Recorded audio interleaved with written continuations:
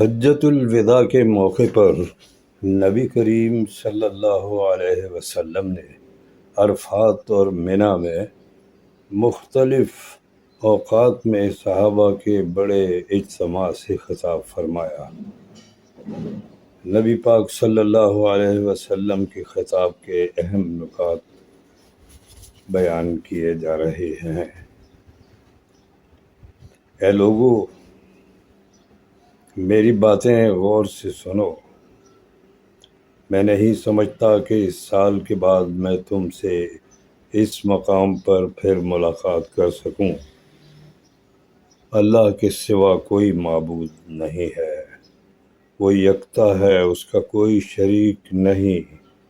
محمد صلی اللہ علیہ وسلم اس کا بندہ اور اس کا رسول صلی اللہ علیہ وسلم ہے۔ میں تمہیں اللہ کی عبادت کی نصیحت کرتا ہوں، اس کی ترغیب دیتا ہوں۔ تمہارے خون اور تمہارے مال تمہارے لیے آپس میں حرام کر دیے گئے ہیں، یہاں تک کہ تم اپنے رب کے حضور پیش ہو جاؤ۔ جس کسی کے قبضے میں کوئی امانت ہو تو اسے اس کے مالک کو واپس کر دے۔ دور جاہلیت کی سودی رقمیں ختم کر دی گئی ہیں۔ سب سے پہلے میں چچا عباس بن عبد المطلب کی سودی رقمیں ختم کرتا ہوں۔ دور جاہلیت کے تمام خونوں کے قصاص ختم کر دیے گئے، اور سب سے پہلے میں اپنے خاندان کے مقتول عامر بن ربیعہ بن حارث بن عبد المطلب کا خون معاف کرتا ہوں۔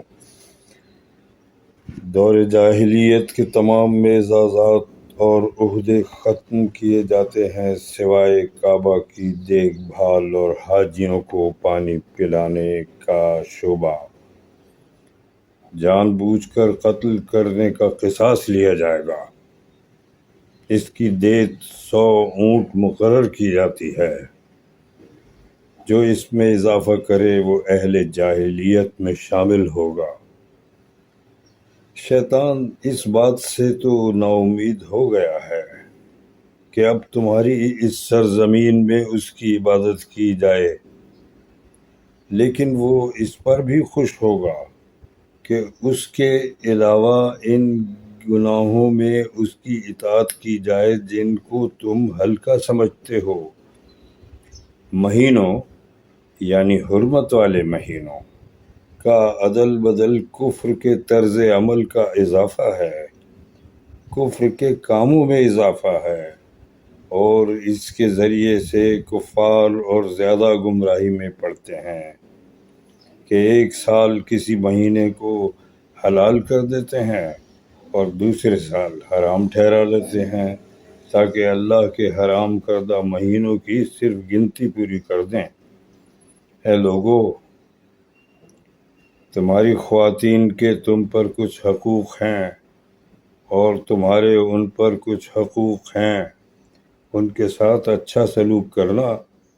ان پر لازم ہے کہ وہ تمہاری خوابگاہوں میں تمہارے علاوہ کسی کو نہ آنے دیں، اور کسی ایسے شخص کو گھر میں تمہاری اجازت کے بغیر داخل نہ ہونے دیں جس کا داخل ہونا تمہیں پسند نہ ہو، اور کوئی بے حیائی کا کام نہ کریں۔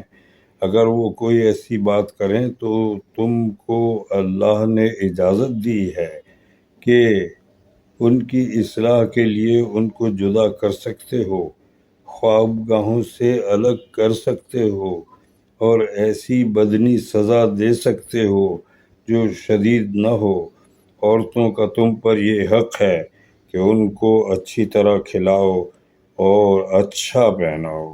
اس حوالے سے خواتین کے معاملے میں اللہ سے ڈرو اور بھلے طریقے سے ان کی تربیت کرو۔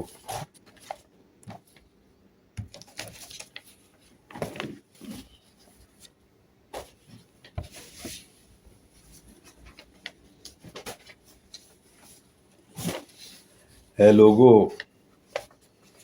مومن آپس میں بھائی بھائی ہیں۔ کسی شخص کے لیے اس کے بھائی کا مال لینا اس کی رضامندی کے بغیر جائز نہیں۔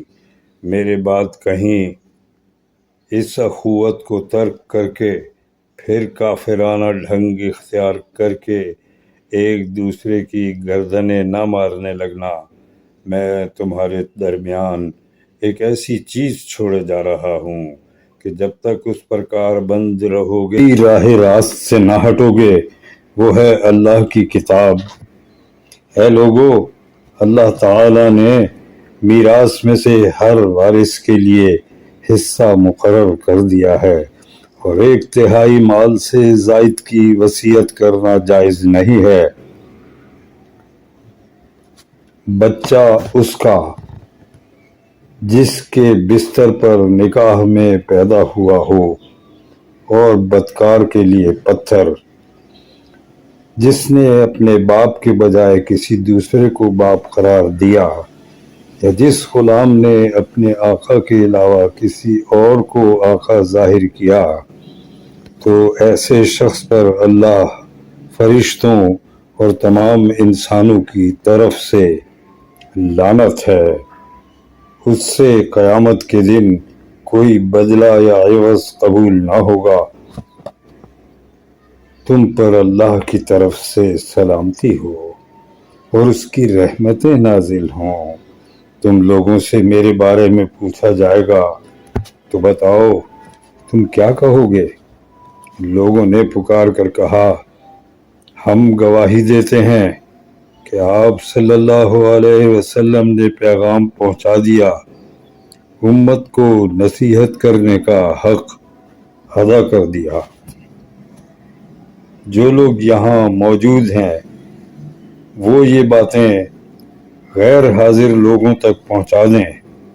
ممکن ہے کہ بعض سامعین کے مقابلے میں بعض غیر حاضر لوگ ان باتوں کو زیادہ اچھی طرح یاد رکھیں اور ان کی حفاظت کریں۔ والسلام علی رسول اللہ صلی اللہ علیہ وسلم۔